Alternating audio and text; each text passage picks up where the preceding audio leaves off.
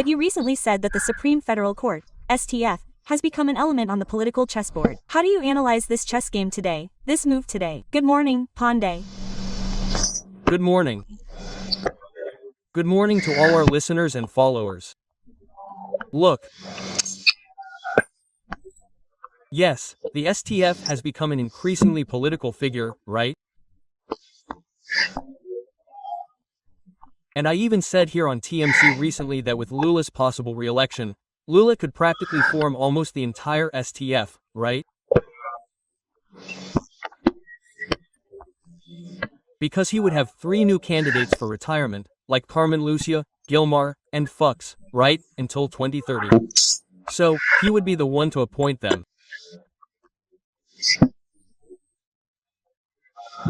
This already indicates, because of the re-election, a tendency to run the risk of presidents who are continuously re-elected in the country colonizing the STF, so to speak.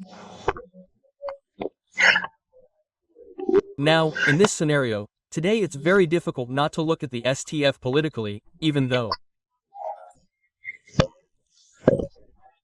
all this discussion exists. I think several things together, right? First, everything the Supreme Federal Court, STF, does today can be interpreted either as being against Bolsonaro or in favor of Lula. So we're left with a situation where what we have at hand is narrative.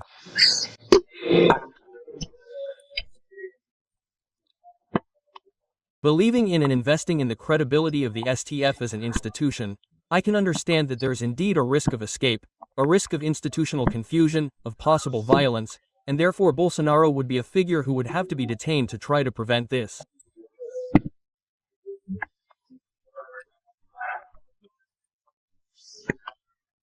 I don't know to what extent this decision to arrest him at this moment, and the possibility of his actual imprisonment, wouldn't simultaneously be a spark to further ignite Bolsonarism and at the same time transform him into a kind of Lula's number 10.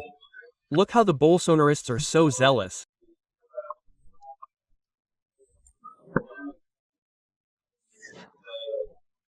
Look how they are against the institution. They don't accept the country's justice system, you understand?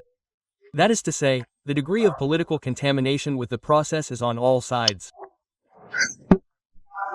And you know, even back in the 19th century, those who analyze American democracy, at the time, already said that democracy has a tendency to politicize all relations in democratic society. It's a process we see not only in Brazil with regard to the Supreme Federal Court, STF, some defending the institutional character of the STF, others condemning it. Now I wanted to point out the video that just aired here on TMC of Flavio Bolsonaro. The vocabulary in the video is clearly aimed at the evangelical population, right? References to the Bible, references to God, as he is called in some moments of the Old Testament, as Lord of Hosts, right? This expression isn't used by chance in Flavio Bolsonaro's mouth, right? It's a video to inflame the evangelical Bolsonaro supporters, to bring to the forefront the idea that everything that's happening here, God is watching, God has a side, right? Flavio Bolsonaro's vocabulary is incendiary. Incendiary in a theological way, let's say, bringing theology into politics. In this first moment, we will seek the Lord of Hosts. We will ask God to apply his justice to those who persecute so many innocent people and help the true criminals to remain in power. No evil lasts forever. And God says in the Bible that the strongest darkness is precisely that which precedes the arrival of light. And if this is the most difficult moment for us, you can be sure that God is in command of everything, and very soon the light will overcome the darkness, right?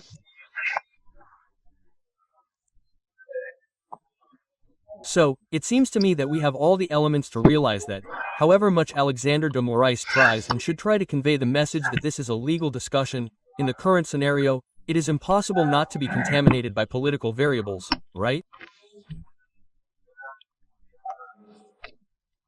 It is impossible not to see this only as a legal issue. Pondé, a little before you came in here, Sandro Badaro was giving us a retrospective of the 4 presidents, former presidents of the Republic, imprisoned since the time of redemocratization. So, we remember Fernando Collor de Mello, who is imprisoned in Maceió, Michel Temer, who was also preventively arrested in 2019, Lula himself, who was arrested in 2018, and now Jair Bolsonaro. What does this say about our history, about our culture? Look, I was reading the French press today about Bolsonaro's arrest, okay? And it's interesting because they even compared him to French presidents who deserved to be imprisoned, right? They should be imprisoned, besides Sarkozy. And I remember this because one of the comments, not from the articles, but one of the comments, said that worldwide it had become almost jurisprudence to arrest former presidents in some way, right?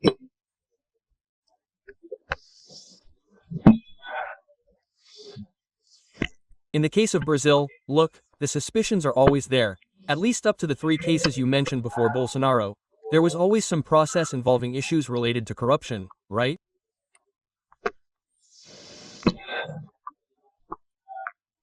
It's interesting because in Bolsonaro's case there's no reference to corruption. Even though suspicion may arise and it may exist, fine, but here it's a trial for an attempted coup d'état. So, Bolsonaro isn't the focus of a process for suspected involvement with businessmen, with illicit money, with institutional corruption. He's the focus of a legal process and is being arrested on suspicion. And in this case, the Supreme Court considers it proven that he was the mastermind of an attempted coup d'état. I think that in this sense it differs a bit from what happened before, which was mentioned. Although in the general umbrella it seems almost like a precedent. President today imprisoned tomorrow in Brazil, right? But we have to remember that, for example, Temer is free, Lula was imprisoned for 580-odd days, something like that, in Curitiba, and today he is the president of the Republic. So this can create an idea that, look, Bolsonaro is imprisoned now, but he could get out. And I think that really encourages Bolsonaro supporters, you know? This idea that in Brazil being imprisoned doesn't necessarily mean anything, even though being imprisoned makes him ineligible, right, Bolsonaro? But you know, there's a phenomenon in Portugal in the 10th century, the phenomenon of Sebastian, the Portuguese king who died at 24 in a battle in Africa. And in that battle, he supposedly died because he never reappeared. His body never appeared. So Portugal was left without a king. It's the period when Portugal became part of the Spanish crown, and we here in Brazil too. But what happened at that moment, for a long time in Portugal, was that the Portuguese lived with the expectation that King Sebastian would return to the throne and liberate Portugal from Spanish rule. And Bolsonarism, I think, is a bit like that, you know? I mean, it transforms into a kind of right-wing Sebastianism. And I have the impression that this bleeds the right wing, paralyzes the right wing in the country, right? Because it's constantly indebted to Bolsonaro, with some elements accusing it of abandoning him when he's doing badly. In other words, it becomes a kind of emotional blackmail against potential right-wing candidates. And this, in a way, helps the left. Although the left in Brazil isn't doing well either. There's no other candidate besides Lula. Lula will be a candidate when he's 100 years old too. That is to say, the left can't offer Lula any viable alternative at this moment. So, professional politics in Brazil is terrible. I think it's one of the lowest points in recent history. I completely agree. What will next year be like, right? Let's wait and see. Many surprises are certainly still to come. Luiz Felipe Pondé, our columnist from SEMO, bringing his analysis on this very important day for politics in general. Pondé, thank you very much for taking time out of your holiday, but there's no way around it, is there? When duty calls, here we are. It's a historic moment, that's it. A kiss. Bye, bye bye.